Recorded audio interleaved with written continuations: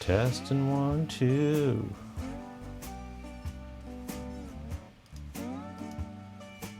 Let's see if this works.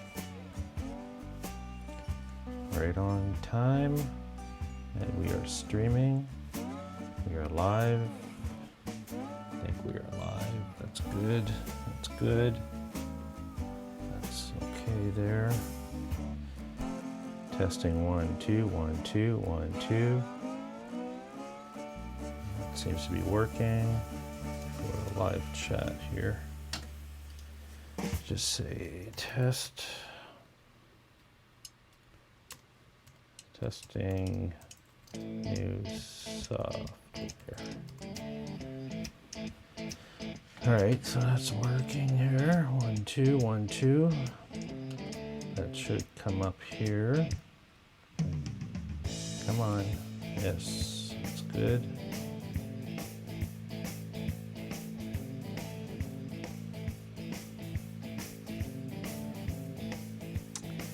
Alright, so we should be hearing music. I don't know how loud that is though.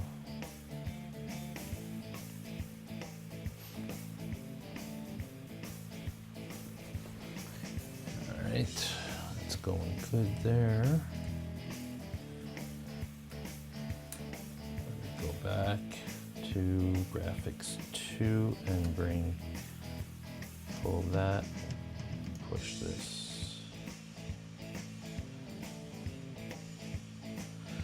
And let's wait and see if that works. How much of a delay there is.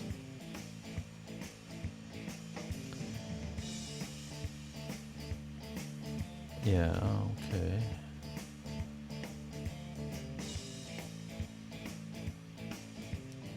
Oh, that's working, okay. Do I want to make that bigger?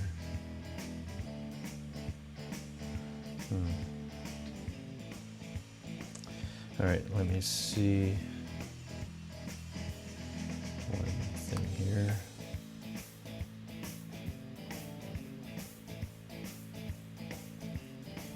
Let me pull that from there while we wait. Push this here, back here, and let's do that. Stream's good there.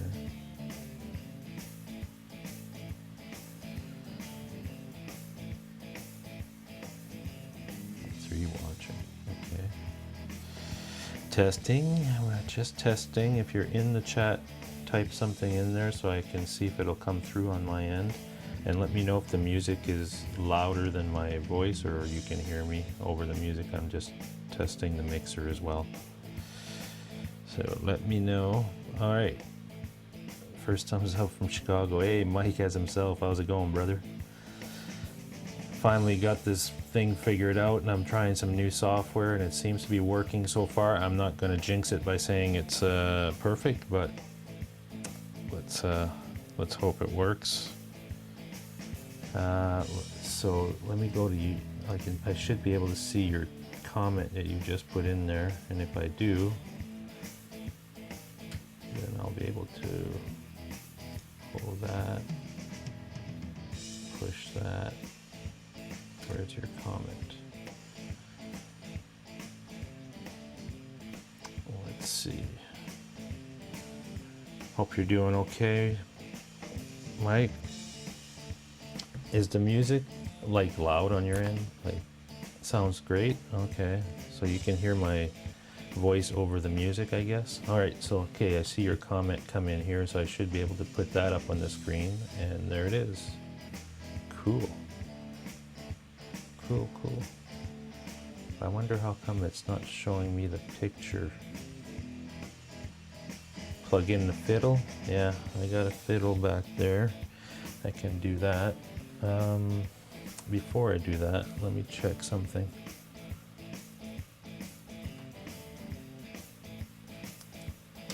So that's working, but it's kind of funny that I'm not getting the picture. Why is that? Settings, file and disk, dynamic data image, picture. There we go. All right, so that should work. Let's see what happens. that. There we go. Oh, you should see your icon on there too. All right, let me just see if I can do this without tripping over anything. Do. Fiddle time. Let me bring these arms up. All right. And I'm plugged into the Friedman right now. Let's do that.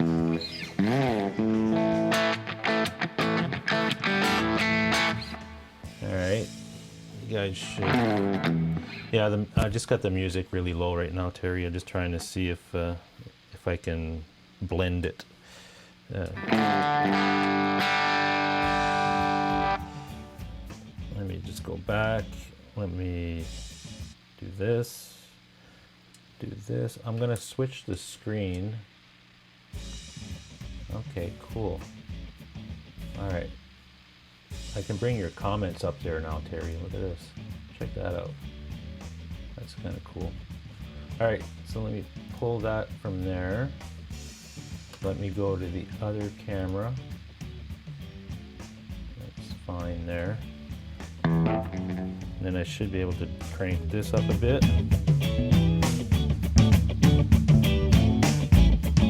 Sounds good there.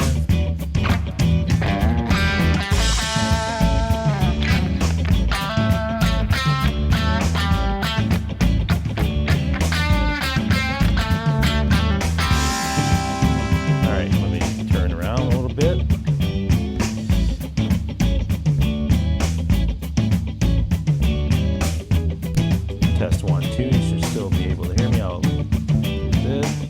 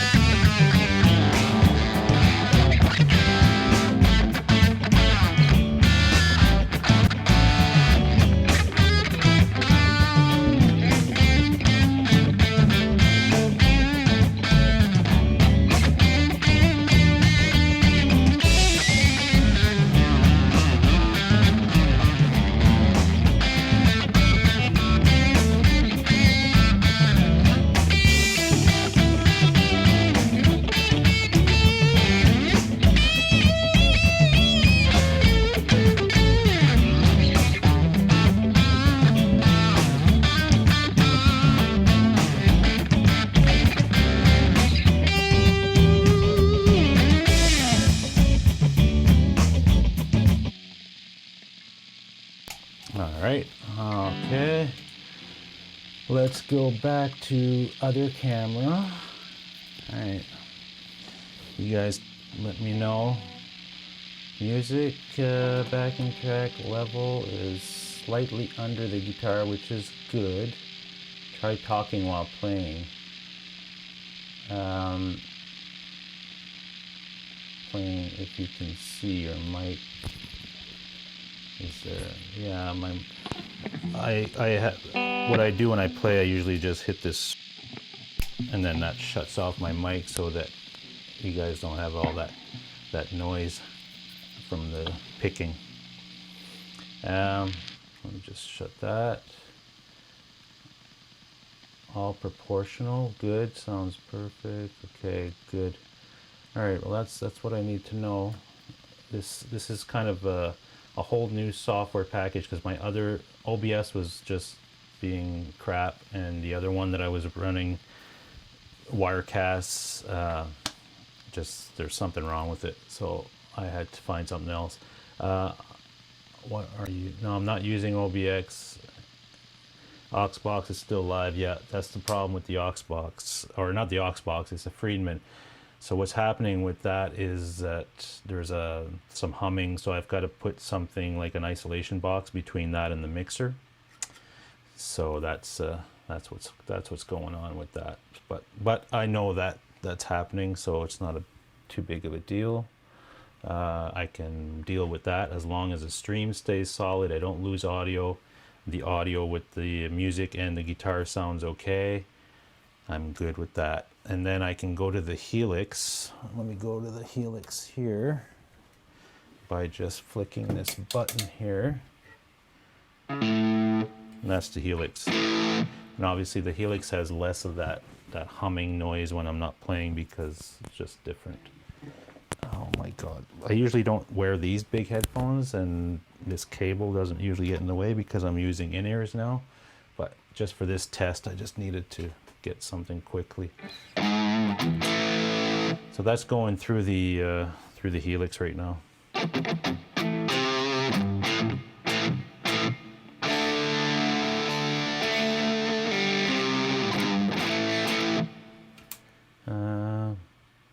That's good that it's controllable. Yeah, it's just a weird thing when you're using the amp, and especially in a studio, because the pickups are picking up everything, and the amp has its own, with the gain channel and everything, it has its own humming going on. So, but there are options out there. I looked at some isolation boxes and things that I can put in between. I will try that. I have to order this stuff though next week and see if I can get that working. Brian, later. Thanks, man. Thanks, Mike, to jumping in, helping out with the test here. And then I can also, I like this thing that I can bring up I want to see what happens if you put that. That's good. And you put up questions and things. Where's the newest one would be, there we go. Does that work? Oh yeah. Okay, so that's working.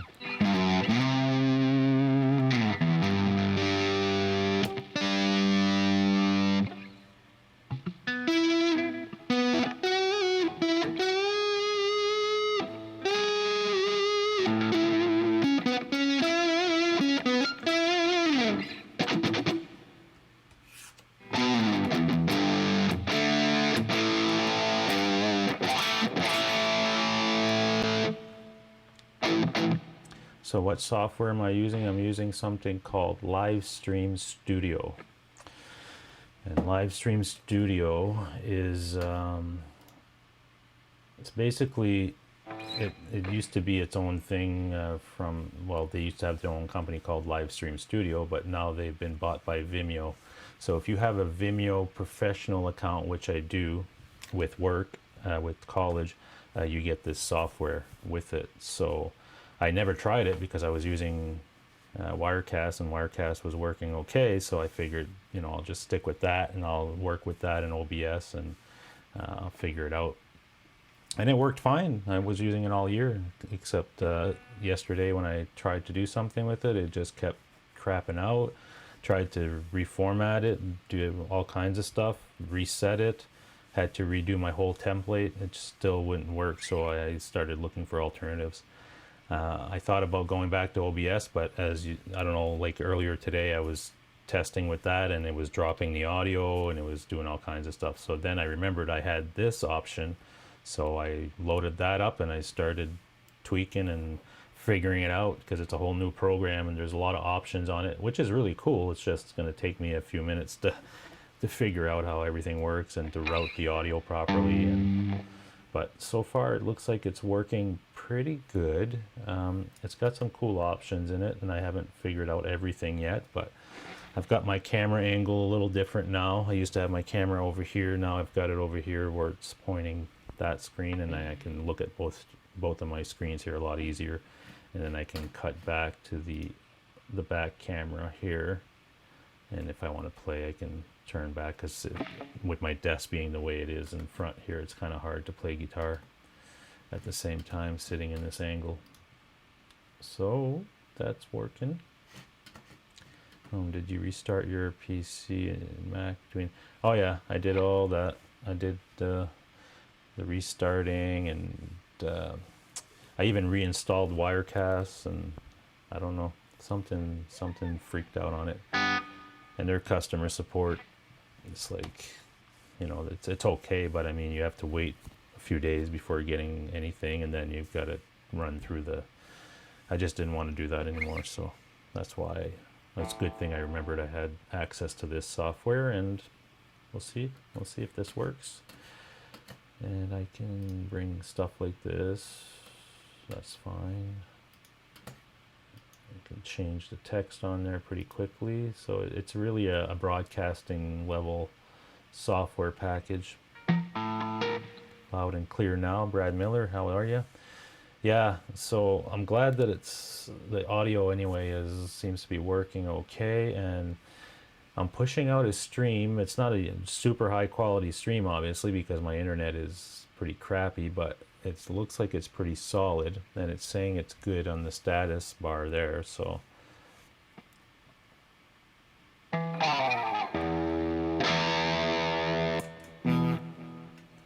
But yeah, it seems to be okay. I think it'll work.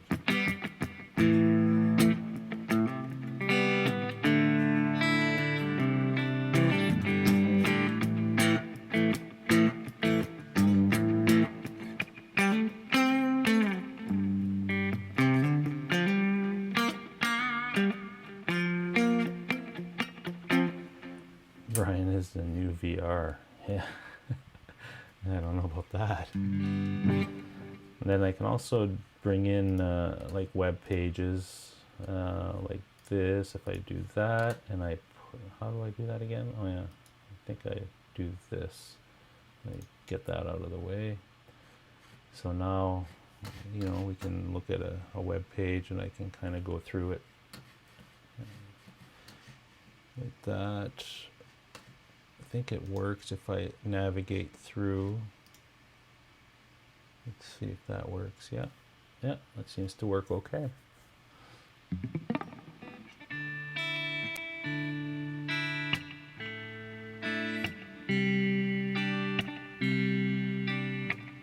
So there you go, Terry. That's what I want for Christmas. You're looking at it on the screen, so if you're looking for any ideas.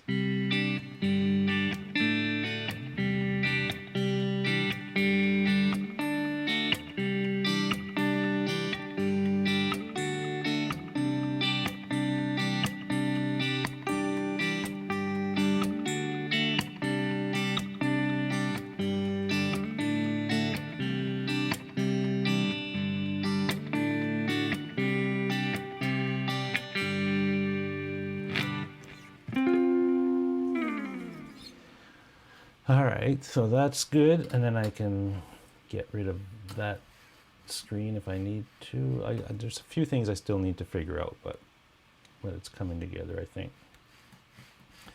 Where's my... All right, that's good. Do this.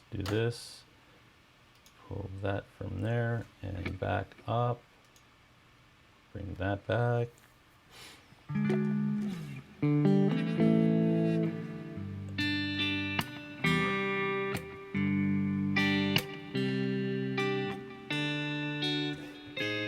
Yeah, when you win the Lotto Max.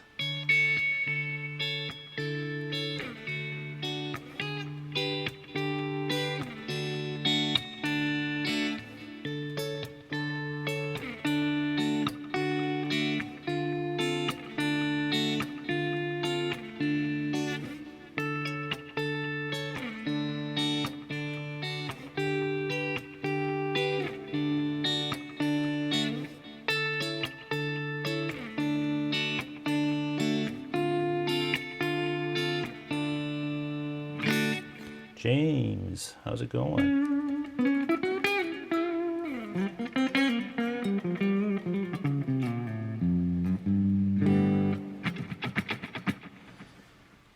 Alright, so that's good, and if I shut down the mic, then you should eliminate all this.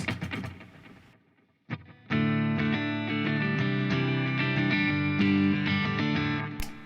that. I screenshot this for later in case. There you go. Good thinking, Brad. You're on the hook, Terry. We've got evidence of you saying what you'll do if you win the Lotto Max.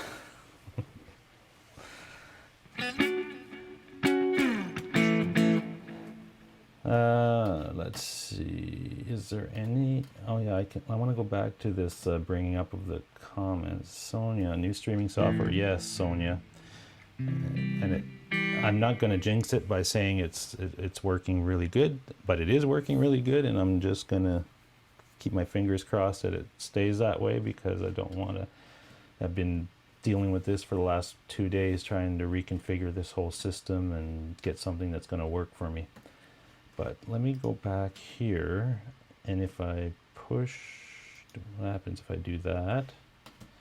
And then, do I get, there's Brad's comment.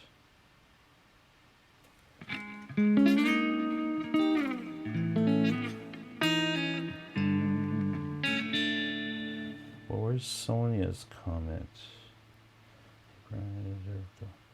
Okay, so there's Sonia's comment. What happens if I do that? Okay, that's cool. That works.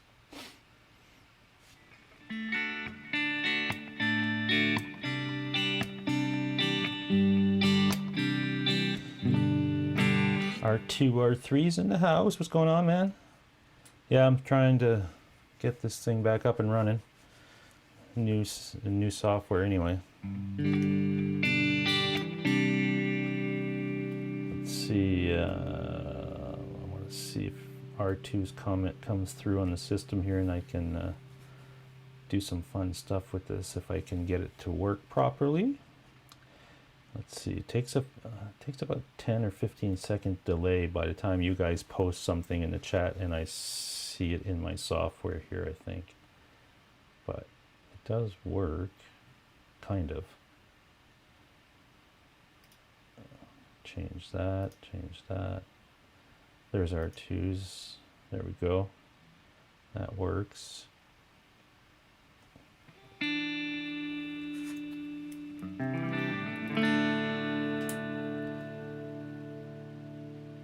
Yeah, okay. Hey Brad, I have a good one. Yeah, I'm not going to be on here for very long. I just wanted to make sure that this thing could actually stream without crashing after 20 minutes or so of solid streaming, and that the audio was okay, and that it wasn't going to lose audio like this stupid OBS was doing earlier. So let me get rid of that. Let me push that. That's fine. That works. Sonia, may I ask what the new software is? Yeah, of course you can. It's called Livestream Studio. And Livestream Studio, this company used to build their whole software and full boxes and stuff. You could buy the box and everything and have the whole streaming, but they sold to Vimeo. Vimeo bought them.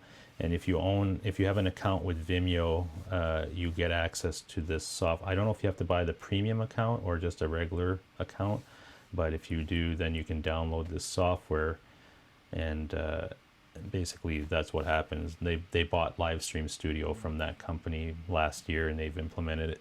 So if you get a Vimeo account, you can use it. You don't have to stream to Vimeo, because I'm streaming. You can stream anywhere, but you have to buy, I guess, an account with Vimeo in order for you to get this software. So, and it's, from what I've been doing so far with it, it's pretty powerful. Let me pull that out of the way. And it seems to be working okay. You can do some stuff with it. It takes a minute to kind of get your head around where everything is and how to configure that, like all the camera angles. And so I've got a couple of different camera angles in here. Well, I've only got the 2 cameras set up right now, but I could have 4 or 5 if I wanted to. And then you can bring in web pages and all kinds of stuff, but it takes you know, it's not that hard, but you know, I say that I work in the industry, so I see all kinds of these types of software. So they all kind of have similar types of setup, so it doesn't take too long. But if you're new to this type of stuff, it might take, you know, it might be a little confusing at first. But they have a lot of tutorials, I think, on the Vimeo site that show you step by step how everything is done. So it's not that hard. I mean, anybody can do it. There we go. Let me go back to the chat here. I've just had a regular free account with Vimeo for years. Yeah, check though. You might be able to still use this Vimeo or this live streaming studio software if you have a regular account. I'm not sure because I have the account, like I work for a college, and with the college we have a premium account because we stream to Vimeo. So I'm able to get it using that account, but you might be able to do it using a free account. Just go into your Vimeo free account and see if you can download this software. It's called Live Streaming Studio, I think. Yeah, Live Stream Studio is what it's called. And you just download it, and as long as you're logged into your Vimeo account, it knows when you launch your software, it knows that it kind of checks that you make sure that you have an account and if you have it, then you're able to use the software. Because I think anybody can download it and install it on your computer, but once you open up the program, it's going to go out to the internet and check that you have a Vimeo account, and then if you do, then you're good to go. AVH, what's going on, brother? And the other thing that's cool with this software, and I haven't tried it, I'm going to have to test it at some point. You can bring in guests. So if I wanted to do an interview or something like that, it's a lot more simplified and I think more powerful than the other stuff that I was using before this. So, but I don't know with the internet connection that I have if it's going to work or not. So I'll have to do a test. Maybe this weekend I'll do a test and contact somebody and see if they want to do a quick test. And it's pretty easy because all I do is it creates a link, and I send that link to somebody, and they just click on it and they go to their browser, just like a Google Hangout or something like that. Then I can bring it into the software here, and it just looks like another camera. And but I know the camera part works because I did do a test and I sent myself a message, like the link through the iPhone, and it worked, and the camera on the iPhone was able to pick up. But I'm not sure about the audio. I have to test the audio because you have to make sure the other person at the other end isn't getting an echo and all this other stuff. So yeah, Eric, that was a great stream earlier. The sound was amazing, actually. I was listening through my iPad and it sounded really good. So congrats on that. I am using the Helix tonight, by the way. I do have the Friedman hooked up because I needed to make sure that all this routing and everything was working. But with the Friedman, I need to buy an isolation box to get rid of that hum in between, because right now it's on standby. That's why you're not hearing that hum. But I got to get rid of that, and I think I need an isolation box to put here in between that and the mixer. EVH says, way cool. Yeah, for guests, you're going to want to double your normal speed. If it's Zoom, it won't work very well. No, it's not Zoom. This is Live Stream Studio, and it's basically a web protocol when you're doing I guess a call or something, but I will test it and we'll see if it works. I did a test internally here using my network, and it was able to connect, and I could see the video and everything, no problem, but the audio, I couldn't do a test by myself, so I need somebody else on another end to see what they're hearing and what I would send back as audio to them. And almost ready to release the presets, might be up Monday at the latest. Awesome, man. Yeah, they sounded really good, man. They sounded like so much. Like it was identical to the tones that you get on the albums.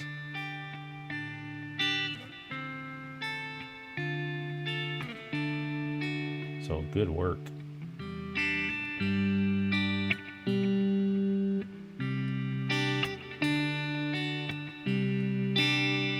So this is working okay. I've been going for 30 minutes and I haven't had a drop. It looks like this is telling me the stream is solid, and YouTube stat is saying it's good. So I'm pretty happy with that, and the audio hasn't dropped. And you guys seem to be able to hear me and see me no problem. And I like the little features of bringing in comments and so forth. So if I wanted to do that, I could just do this, I believe. Yeah, awesome. I don't even have to hit that thing here. I can just do that. Okay. Oh, I just learned something. Look at that, folks. Like, you learn as you go. Cool. So when you fell asleep this evening,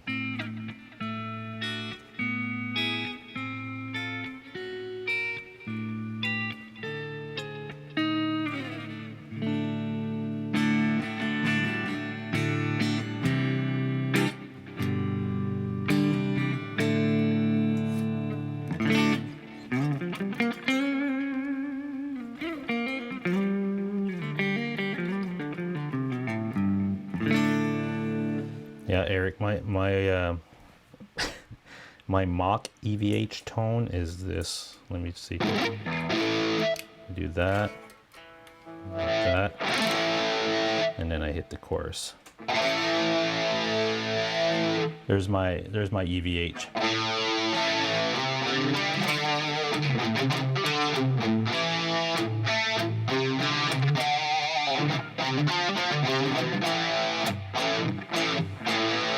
So if I shut my mic off, you won't hear all that.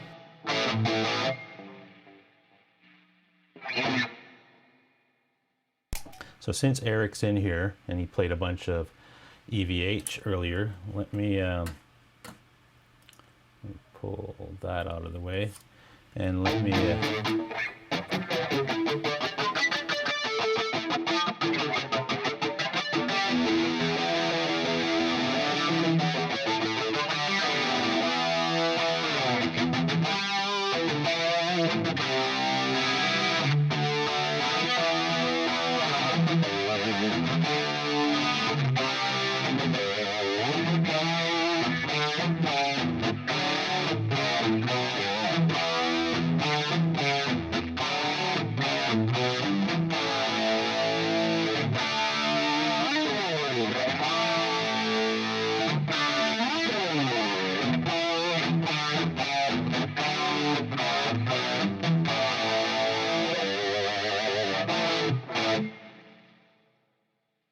that's about the extent of my Van Halen knowledge. Did I get close at all close? to my ears, it sounded like pretty close, but nowhere near what your presets are doing. That's some Sammy era for sure. Sammy. Well, Sammy didn't. I don't think Sammy used a lot of, well, when he was with Van Halen, he was probably using a lot of chorus, but just Sammy by himself, like when you're listening to his solo stuff, does he use a lot of chorus in there? Because like songs like this, hold on.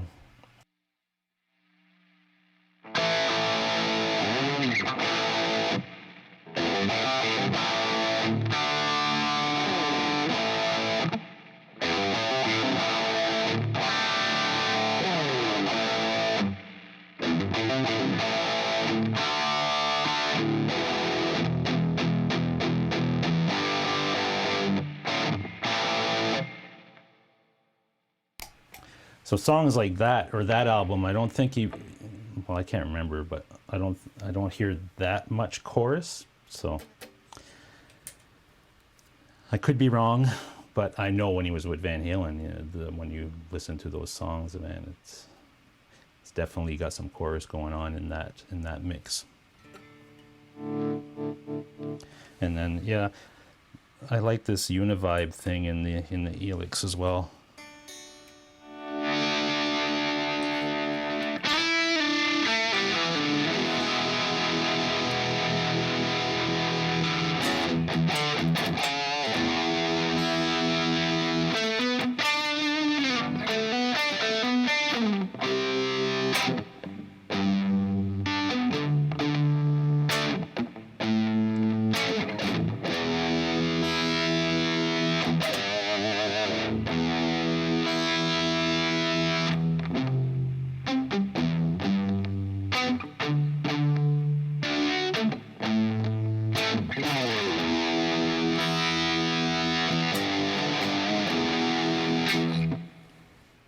I like that. I like that Univibe.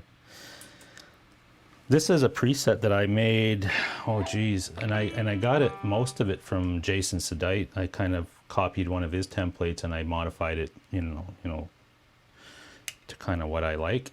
And it's basically a Marshall Plexi, and I've got an overdrive in there with a tube screamer and some reverb.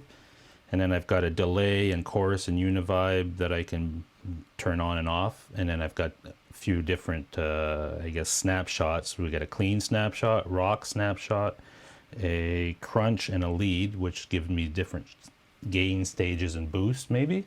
But that's this preset, and probably two other ones are the only things that I use when I use Helix now. It's so weird because the Helix is packed with stuff that you can use and different options. But for the past, I'd say probably 4 months, every time I use the Helix, I just go to this one, or there's two other ones. If I pick up the Strat and the Telly, I have a little bit of a different one for those. But I've been staying pretty much with that setup, and I don't really need any more than that. So it is true, if you find what you're looking for, as far as like, you don't have to like tweak it forever. Some people think when you get a Helix, because there's so much stuff in there, that they're going to be completely overwhelmed and they're never going to understand it and it's going to be confusing. But really, if you dive deep and you just kind of go in and say, you know, what sound do I really want, and you pick out a good amp model, find your bass tone, your foundation, and then just add a few little things for coloration for your liking, and then you're pretty up and running for sure. On his own, he was pretty much dry. Yeah. He was more rock, like without a lot of chorus and stuff. I remember. The big thing is no chorus, but big pitch detune. Oh, okay. All right. I don't use the pitch detune. Huh. Interesting. I always thought it was more of a chorus. Same here, you use 3 to 4 presets, nothing more. Yeah, it's weird. When I first got the Helix, I was like everybody else, you know, you go through it, oh my God, look at this and look at this, and you're going through every amp model, you're going through every effect and trying all kinds of stuff. And, you know, I didn't really know what I was doing. Obviously, I was just getting back into music, and the Helix, I got it pretty quickly. I think I got it 2-3 months after getting back into playing guitar, because I heard a lot about it and I wanted to try it out, and then I bought one. And yeah, I was going nuts with it. I was trying all kinds of stuff. But then I started watching, you know, guys like you and Jason and stuff, and kind of getting some tips and tricks and stuff. And I was up and running. It was good. Eric, I was going to ask you about that. You have a store that's, I guess, close to where you live. You said that they sell a lot of Gibsons at that store or something you had mentioned. Do they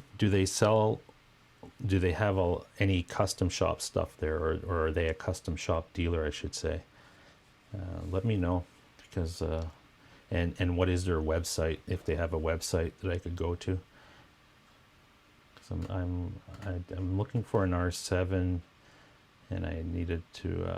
I'm just looking around. Well, I've been looking in Canada mostly, and it's very slim pickings for the ones that are there, and they're all overpriced. So I'd be interested to know, because I know you had mentioned that there's a good place towards where you live. I guess it's in the London area or something. But if they have a website, just post it in here, and I'll check it out. Love the detune effect. Yeah. The only detune effect I have is that drop pedal. Well, I've got the Helix. I could go in there and tweak it like Eric does, but I don't. But I like this drop pedal.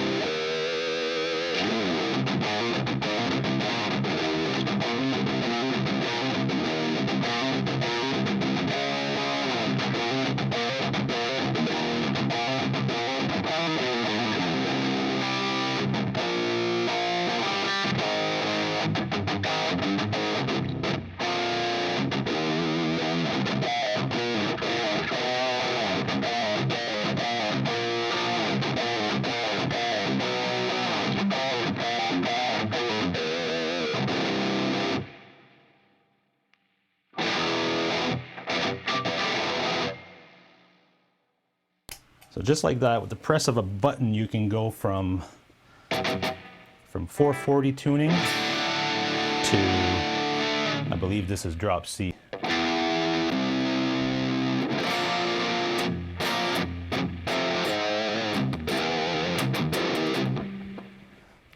And then you can do a bunch of Zach Wild stuff. And you don't have to detune your guitar and all that stuff.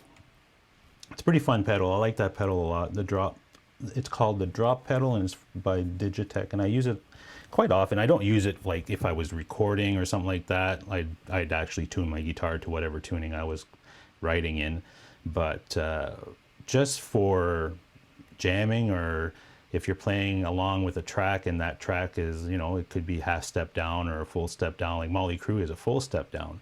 So if you're jamming along with songs like that, instead of having to retune your whole guitar and all that stuff, you just hit that pedal and you're good. As long as you don't hear your strings, so you make it loud enough, like right now I'm in my headphones and stuff, so I don't hear my strings, but if you're just playing low, you would hear your string of the guitar be coming through as tuned as 440, and the sound coming through your speakers like 2 steps down or something, which is really weird. But yeah. Yeah, it's the different sound for sure, for sure. EVH says he'll export a good pitch detune block for me. You'll love it. Awesome. Yeah, I look forward to it. Johnny Bean, what's going on? Well, I'm glad that this software is finally running and I've got some options to do stuff with. I'm glad I noticed that this stuff happened during the week while I was testing other stuff, because I would have waited till Monday before the live show and all this stuff would have went to crap, and then I would have been panicking. And so at least there's that. That's good, I guess. But let me push that and see what happens when we do. So there's Johnny Bean's comment. There's Eric's comment. Crazy. Okay, and there's Sonia.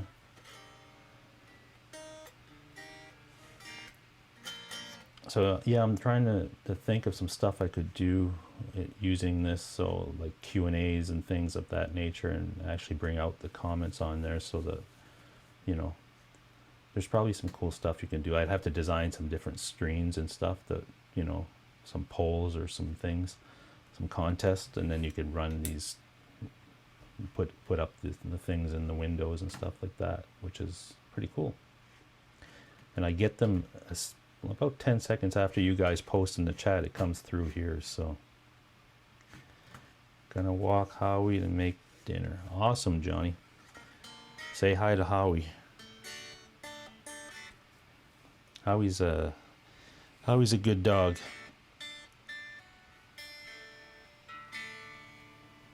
I love dogs.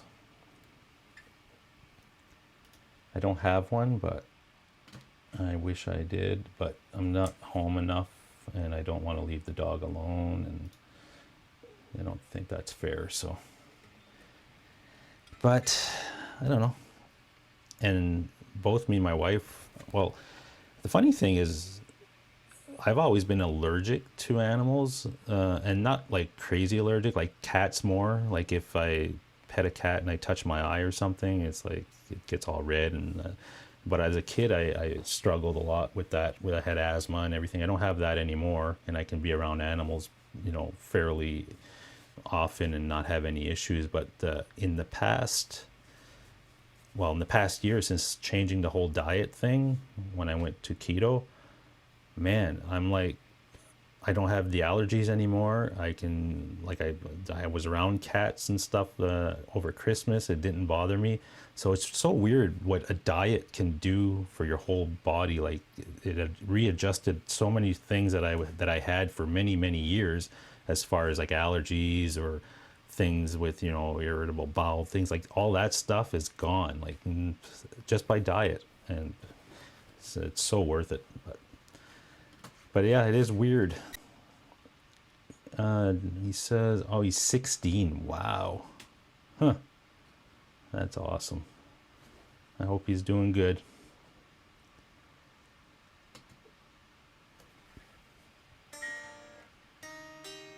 Change diet is everything. Yeah, I know you guys have experience with that, because with Nocturnal changing all her stuff and everything, it's, you know what I'm talking about. And yeah, I tried a bunch of different things, and I just, it was July 8th, I marked the date and everything. I said, okay, this is where I'm starting this one, and I'm sticking with it, and I've stuck with it, and it's changed everything. Like, total of 60 pounds once I started. By December, I started July 8th. By December, I'd lost about 50. Now I'm down to 60, and I've stayed pretty much at that. Well, for the last, I'd say, about 4 months now, I've been pretty much same weight, varying from a few pounds up, a few pounds down, or whatever, but staying right there. And health-wise, it's been great. The only thing I have health-wise is stupid pinched nerve in my neck, but that has nothing to do with diet or anything like that. That's just something that happens. And, you know, I played bass for many years, and having, you know, that around your neck all the time, and a lot of stress over the, you know, on the shoulder, and that just, I guess something happened there. But it's good some days, and some days it's worse. And the only way to fix it, if I really wanted to fix it, if it doesn't go away by itself, the doctor said, is surgery, and I don't really want to do surgery. So I'm gonna give it another 6 months here, and see if I can do some other types of treatments, and hopefully it'll go away. It's basically a nerve that's pinched in between, I don't know, bones or something, and it needs to be moved out of that, so that when I move, it doesn't re-aggravate it every time. I'm sure playing guitar sitting down, like hunched like this and stuff like that, doesn't help. But I am trying some different things, and we'll see. Eric says, my diet hasn't, I don't eat well, but Sandra has done a 180, and is a textbook case of, yeah. Yeah, you got to do what works for you. I mean, you know, that worked well for me, and I was in a position in my life that I said I'm doing something, because something like, irritable bowel or something like that, that just takes over your life. Every time you go somewhere, you travel or anything, it's like it takes over, because you never know if you're going to have an attack or something like that. And when you do, you're like, you better friggin' find a washroom or something. So when that's something like that drastic is running your life, and you make a change like I did, and within a month that's gone out of your life, and you can, don't ever have to worry about that, that's just enough motivation for me to do what I'm doing. And quite honestly, like a guy like myself that is completely addicted to chocolate. I mean, I ate chocolate since I was a little kid, and I mean, like, I ate every day. I had something that was chocolate, and if you put a bag of M&Ms in front of me, I don't care how big the bag was, within an hour or so, it was gone. It was just that bad.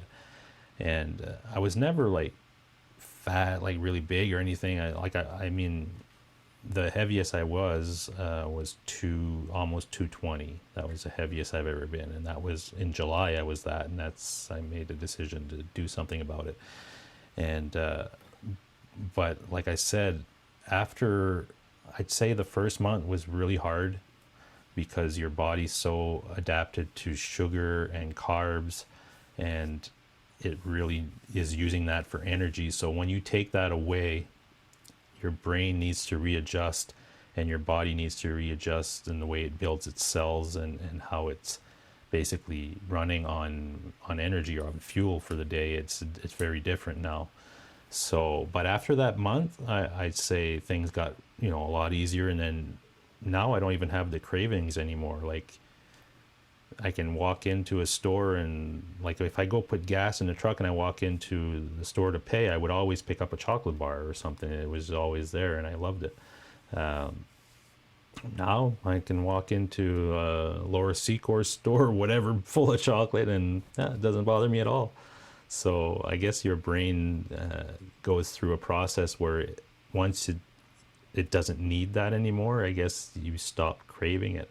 Not to say that if you gave me a piece of chocolate, I wouldn't, I'd love it, but it's not like it was before. So if I can do that, and to the extreme that I was with that stuff, I think anybody can do it. It's just a matter of, you have to be in a position in your life that you're ready, and you decide that, okay, this is what's happening, and that's just what I did. Hey, Fender Guru, what's up? Nice to see you. But, different things work for different people, right? So it's not like what I do is, as far as diet or anything like that, is going to work for everybody, or is advisable for everybody. Everybody's body is different. Everybody's, cells and things are all, your DNA, it's all different, right? So you have to try stuff, and I tried a bunch of stuff, and nothing was really working until I did this, and this worked. So this is where I'm going, and I'm going to stick with it.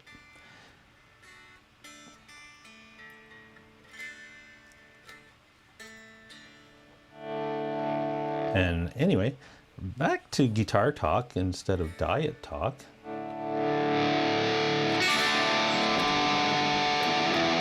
How does Horace sound with a drop C? Let's see. All right, so now we're in drop C.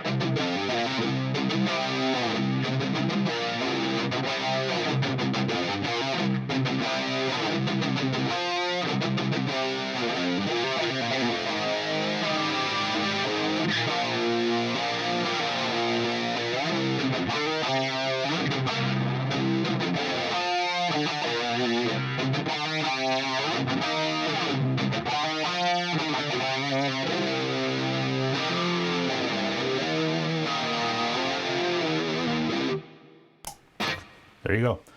That's how that sounds. Sounds like Zach Wild a bit. Yeah, I agree. I agree it does. It does. That's, I guess Zach uses, yeah, he does use chorus, because I saw an interview with him before and he mentioned that he always has a bit of chorus in all his sounds.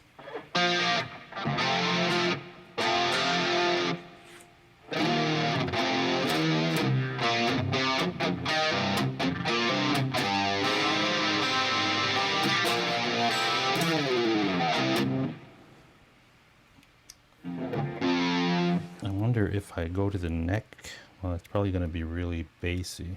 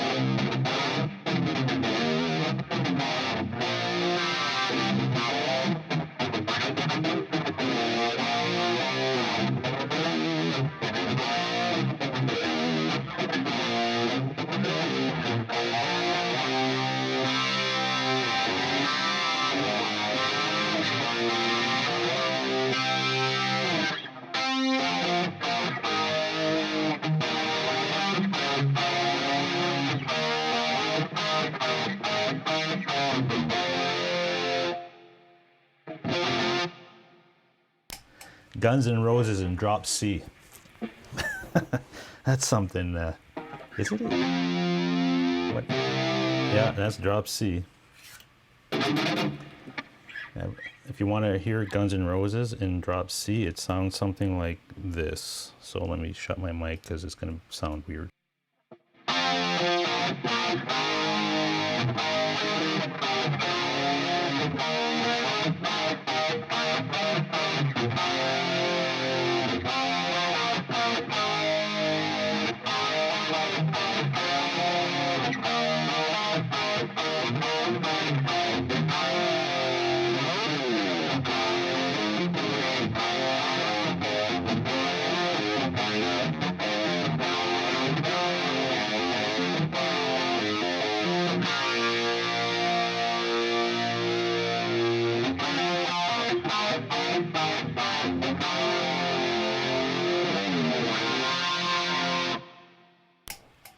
There you go, Eric. Just for you. Guns N' Roses and Drop C with chorus. That's how that would sound.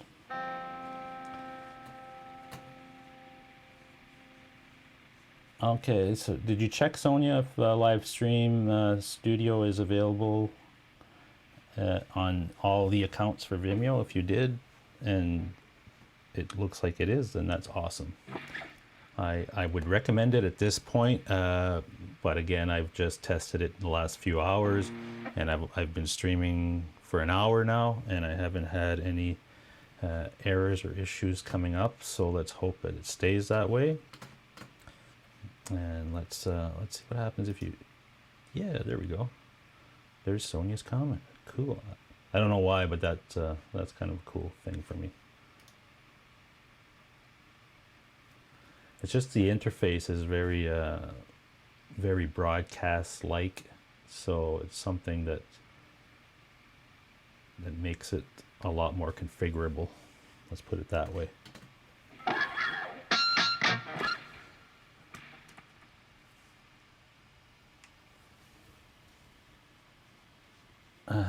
As there is a Guns N' Roses reference coming to my channel soon. Oh, cool. That'll be fun. Can't wait to hear that.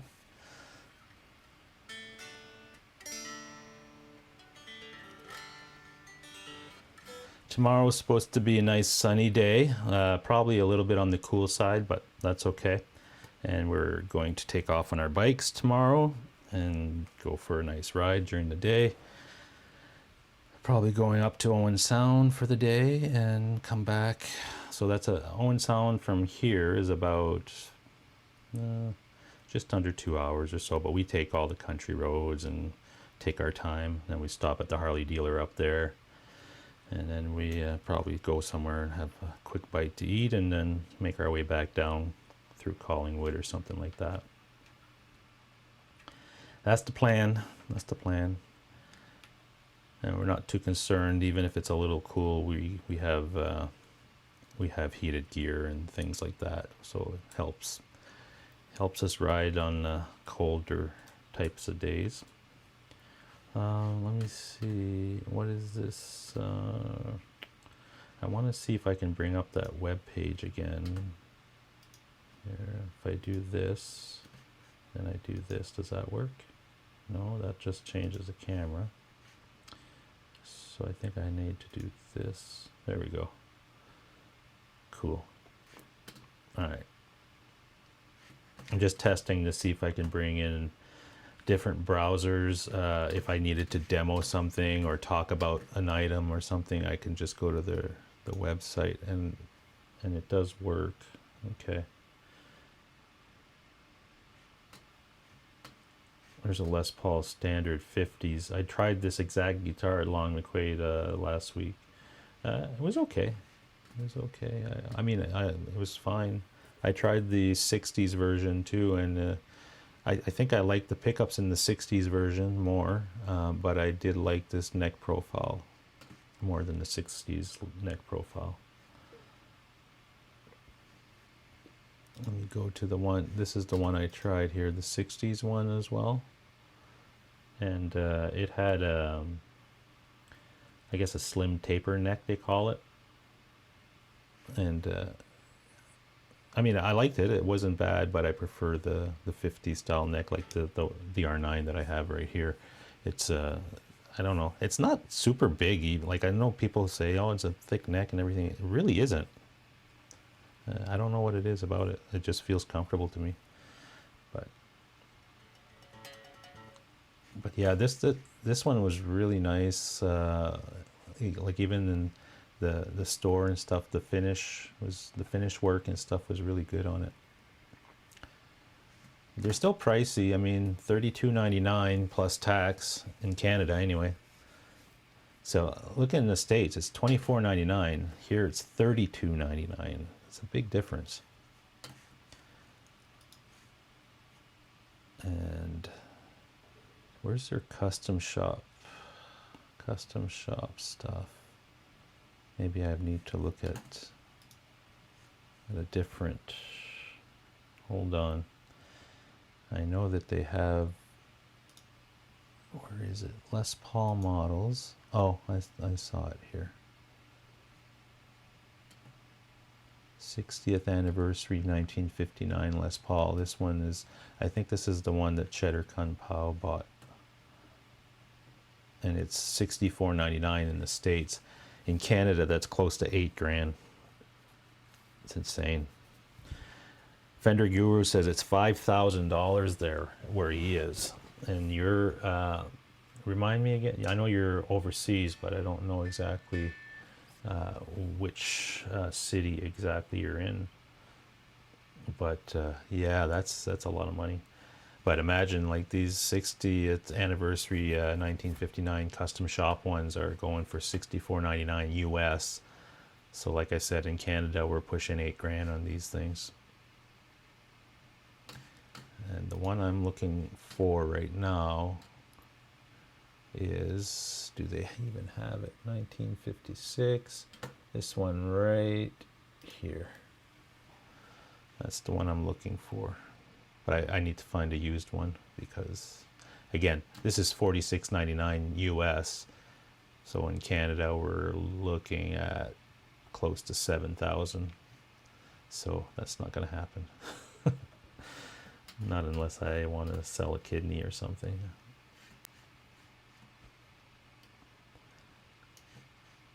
But yeah, they're nice.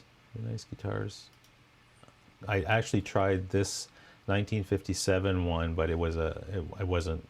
I think it was a 2018 model, and it was a relic one that they had at Cosmo, and man, it played really nice. And Cosmo was selling it for $74.99 Canadian, so they're not cheap. They do have a little bit of a bigger neck than even my R9, but for some reason, the one I tried at Cosmo, it felt really good. The pickup sounded amazing and the neck felt really good, but it was really relict. Like, you could see like the burst underneath the gold top, and the gold top was all cracked everywhere. So I mean, it's cool. Like, there's nothing wrong with that, but I don't know. That's a lot of money to pay for something that's super relict. You really gotta want that type of thing. New Zealand, okay, that's where you're from. Yeah, Fender Guru. Yeah, yeah. I guess it depends where you live, but I was lucky to find this R9. The guy had it used, and he didn't even use it. He bought it in 2018, left it in the case for most of the time. It still had the sticker on it and everything. He's more of a collector, so I was really lucky to get that, and he was willing to trade for another Les Paul that I had, so that helped pay for it. I didn't, I mean, I still had to pay half what he was asking, and he took my guitar in trade for the other half, but made it a lot more affordable and a lot easier to get. Fender Guru says the 60s one is one I'd like. Yeah, the 60s is the one that I did try it, and it felt really good. But to me, it's that neck profile. Since I've been playing the thicker necks, like the Friedmans and the Les Paul, like this one, and the traditional, they have a little bit of a thicker neck. I've gotten used to them. Even now, when I pick up the SG that I have, and the SG has a slim taper neck, it feels weird now. So I still love the SG, but the neck profile on it, which I loved when I got it, but I've gotten used to having these bigger neck profiles. It just kind of feels weird now. Mitch Heyman, what's going on, man?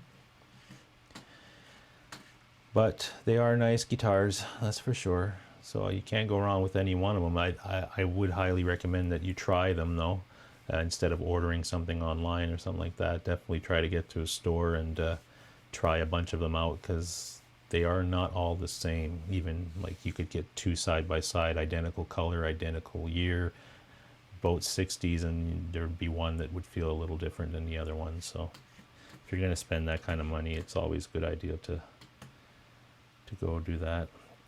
Guitar Pit, what's going on, man?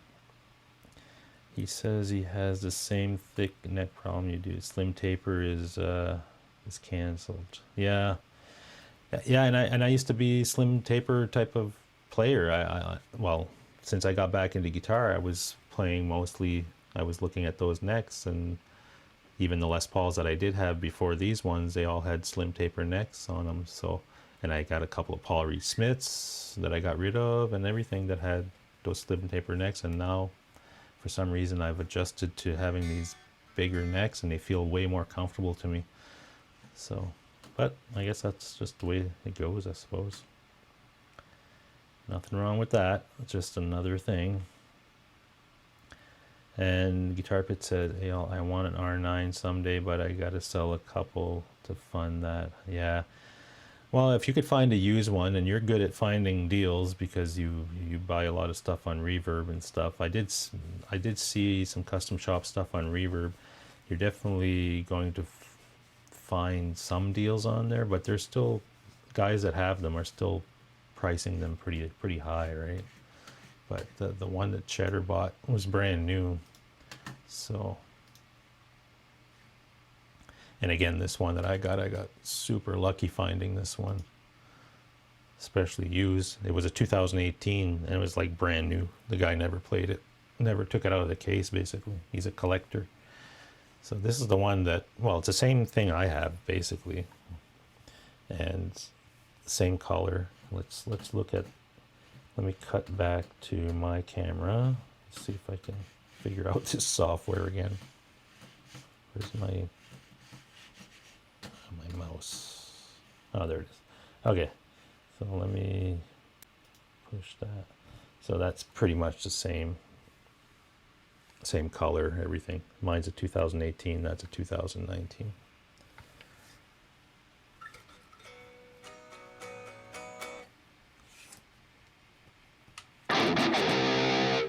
I'm tuned down to drop C here.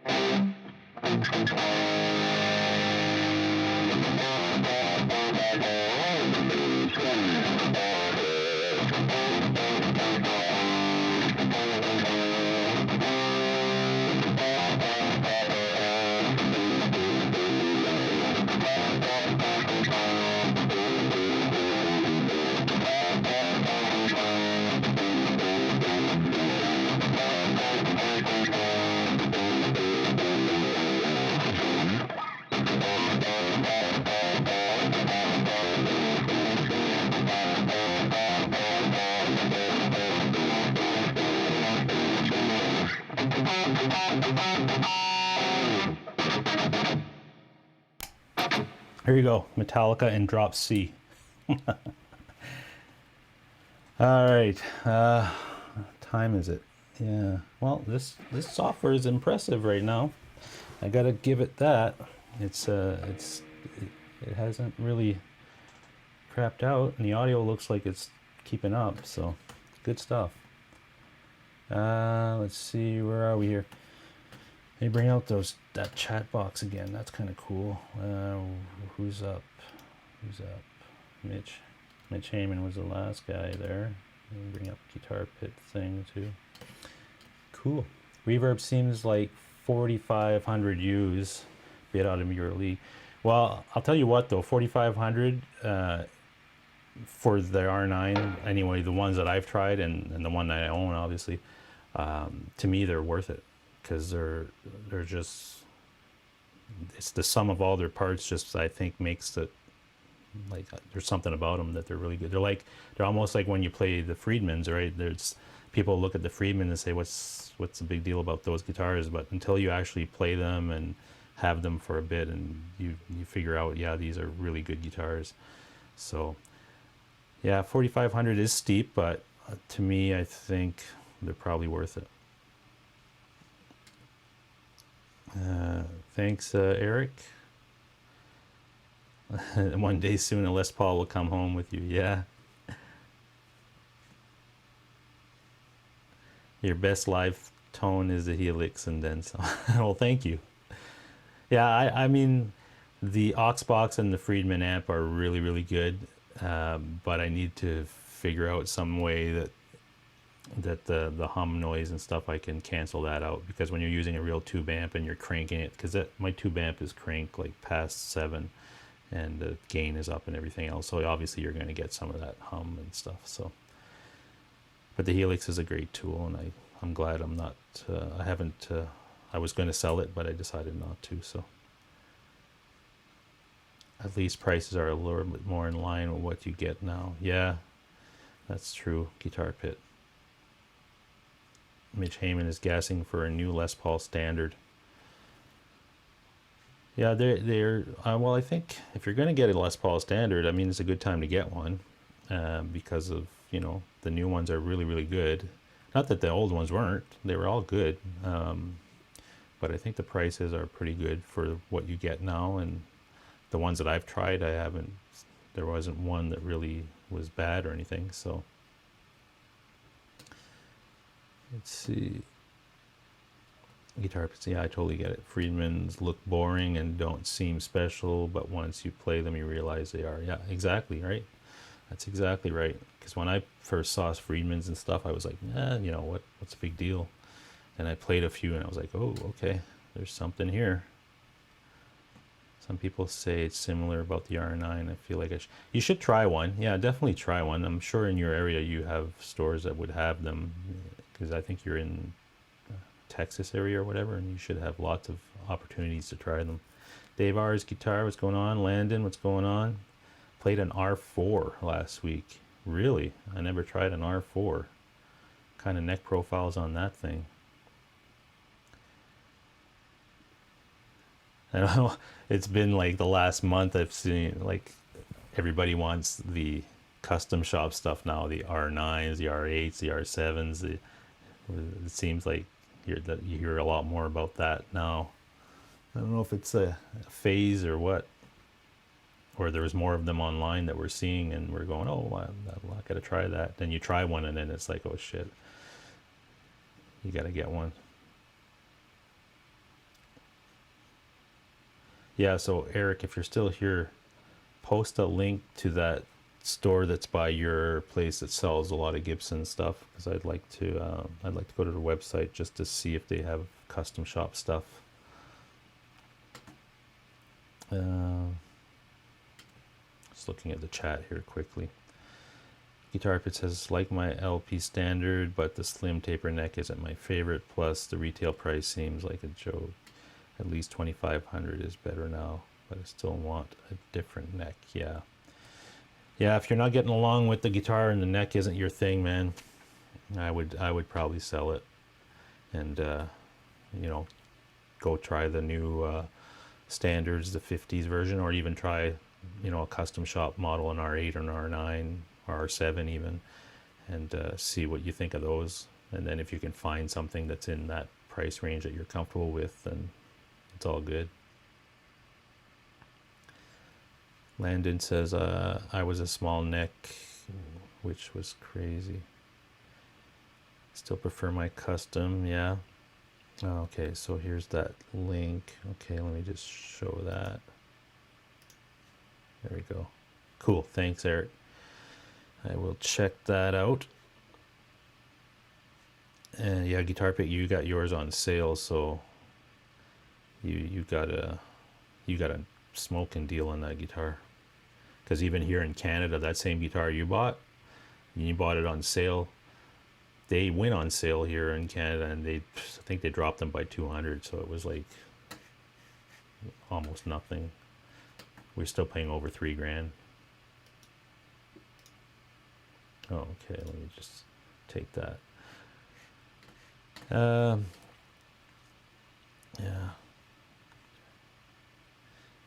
When and if I really get serious about getting a Gibson Les Paul, I have to try several different styles. And that's the key with any guitar, I think. You got to get out there and try a bunch of them and figure out what's your most comfortable and what's really resonating with you. And that's what you do. All the guitars I have back there, that's what I did. I didn't buy any of these that were sight unseen or anything like that. They were all, I sat at the store, played them for at least a good half hour to an hour each, and just really made sure that was the one that I wanted to get.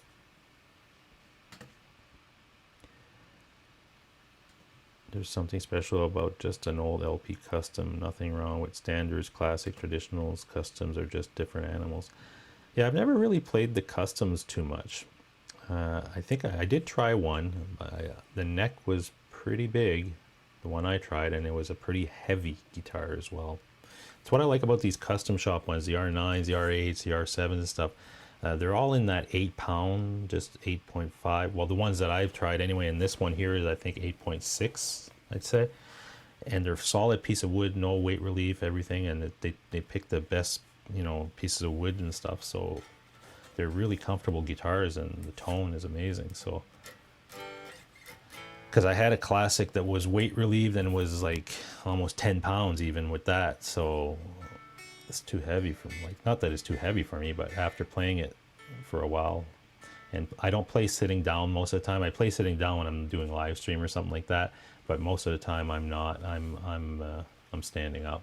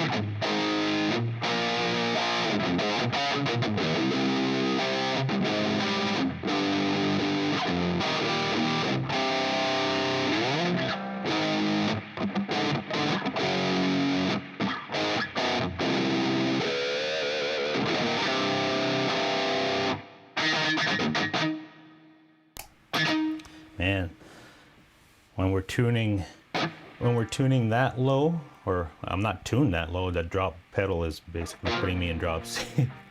It makes me play differently, that's for sure. Play definitely heavier.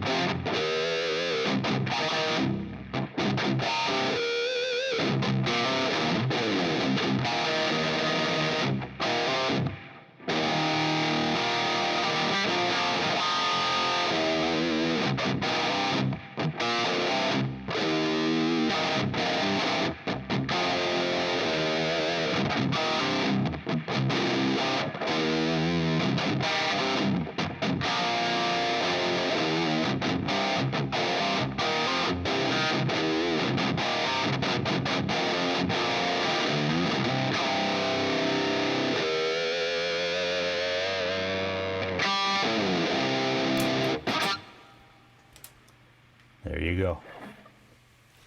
Yeah, I like that pedal, that drop pedal, because if when you go from this to that,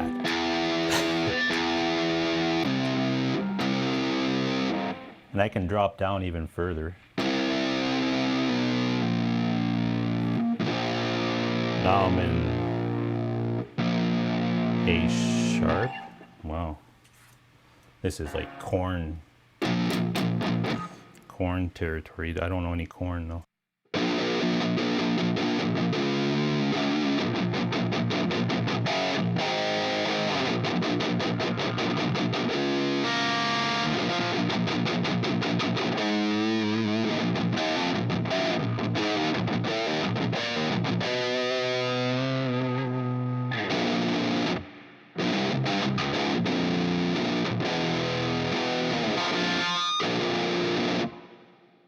Yeah, that's super low.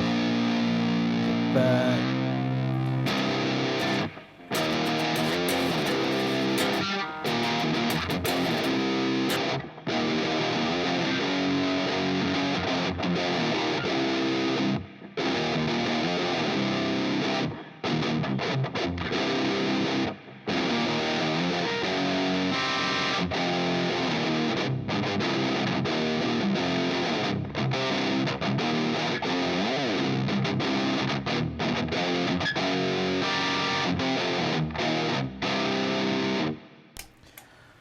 A little Godsmack for you.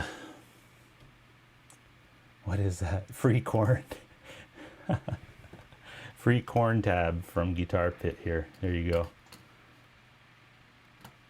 I can bring that up on the screen, can I? Where's this? Okay, it'll come up here in a second.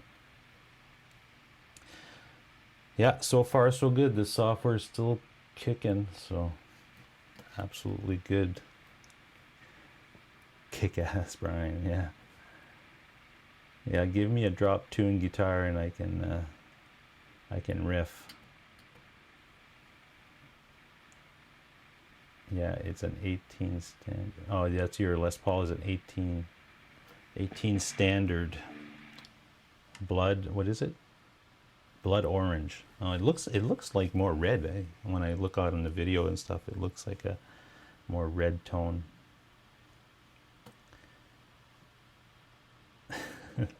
The corn tab. Yeah.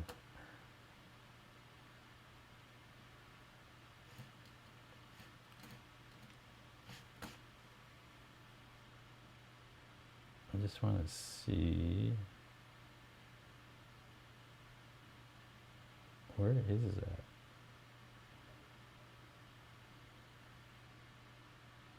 that? Okay, I couldn't see it.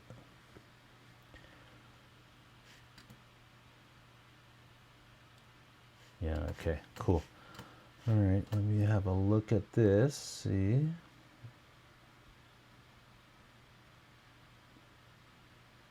Landon says, I thought it was pink at first.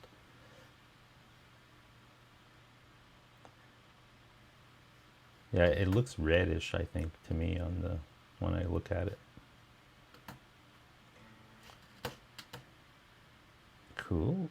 All right, that's good. That's good. Cheers, everyone. Early morning greenhouse building. Wow, you're building a greenhouse tomorrow? Got to do an interview. Yeah, that's right. You got a show tomorrow. So thank you, Eric, for jumping in. And have a good night and a good day tomorrow. I'll try to catch your stream if I'm back in time. If not, I will watch the replay. And hopefully this software keeps going the way it is. I want to try doing some interviews and things, so maybe I'll test that out with you. I can send you the link or something, and we can do a test when you have some time. But all good, all good.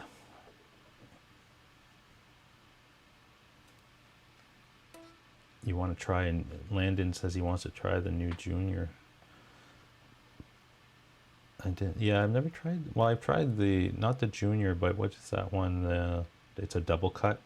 Maybe that's a Junior. I don't remember, but it had the P90 in it. That guitar plays really nice. It's I really enjoyed that one.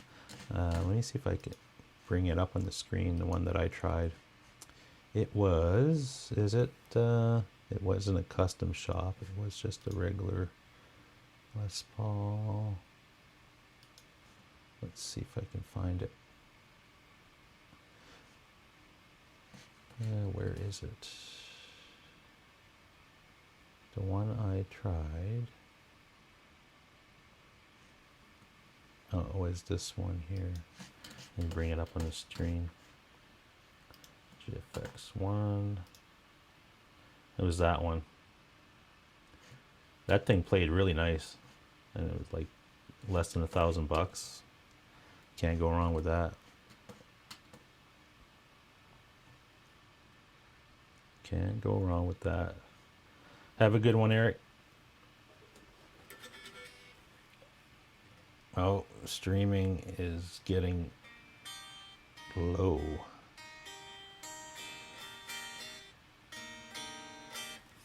All right, folks. Well, I've been going for about an hour and 32. I think the streaming software is going to be okay for use on a regular basis. So let's keep our fingers crossed that this works. We'll do this, and we'll hope for the best. Hope you guys have a good night. And oh, there it goes. I think the stream just went down. I don't know if I'm still live.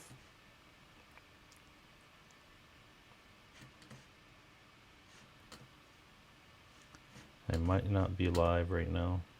Don't know. Let me know if you guys still see me, because... Oh, okay. I don't know if it's still going or not. That's weird.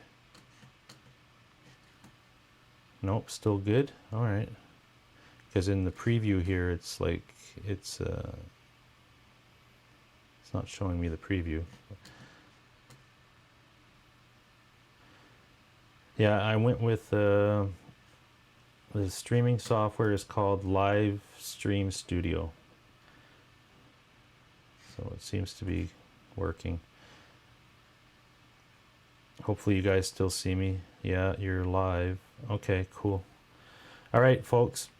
Let's call this an evening. It's getting late here anyway. So have a good night, a good weekend. Might do a little bit more testing on the weekend, since all this software is all new and I still need to do some tweaks to it and figure out everything. But so far I'm impressed with it, and hopefully it keeps working for me. And yeah, Guitar Pit, let us know what you do. If you find an R9 or something that you get, definitely post that up and let's have a look at it.